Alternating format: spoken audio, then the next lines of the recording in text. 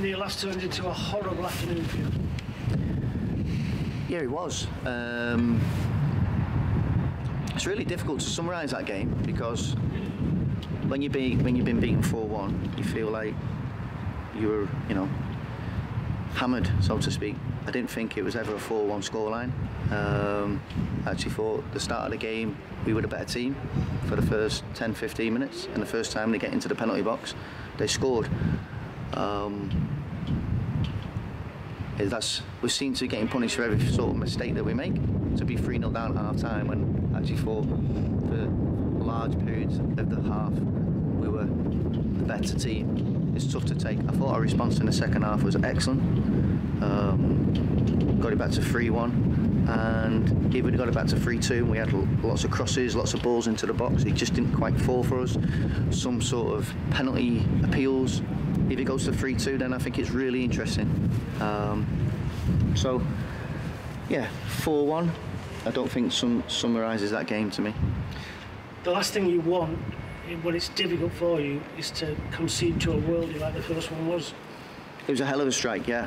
I'm saying that was the first time they'd been in our penalty box, I think in 15 minutes.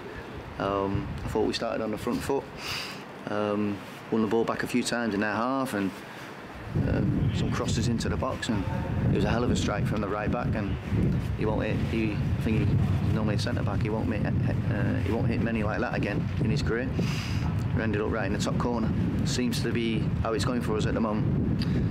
Third one goes in just a minute before the half-time team talk. What on earth did you say to them? I think it was really important that we showed who we are as a group in the second half.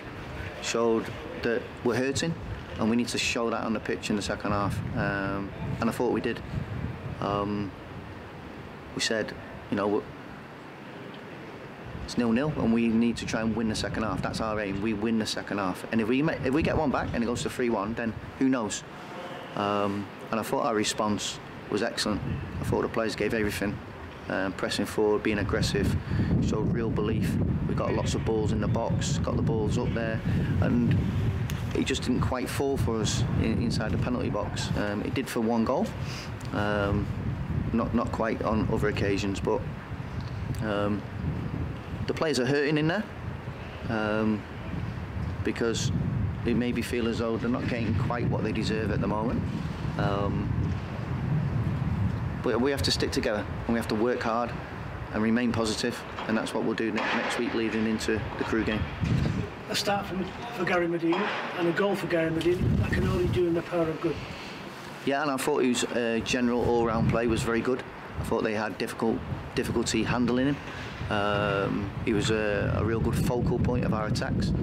I was delighted he got his goal, and he was working his socks off right to the end there, pressing forward, pressing the goalkeeper, and then in the 93rd minute, something like that. And I thought he was a catalyst for the players behind him, following his example.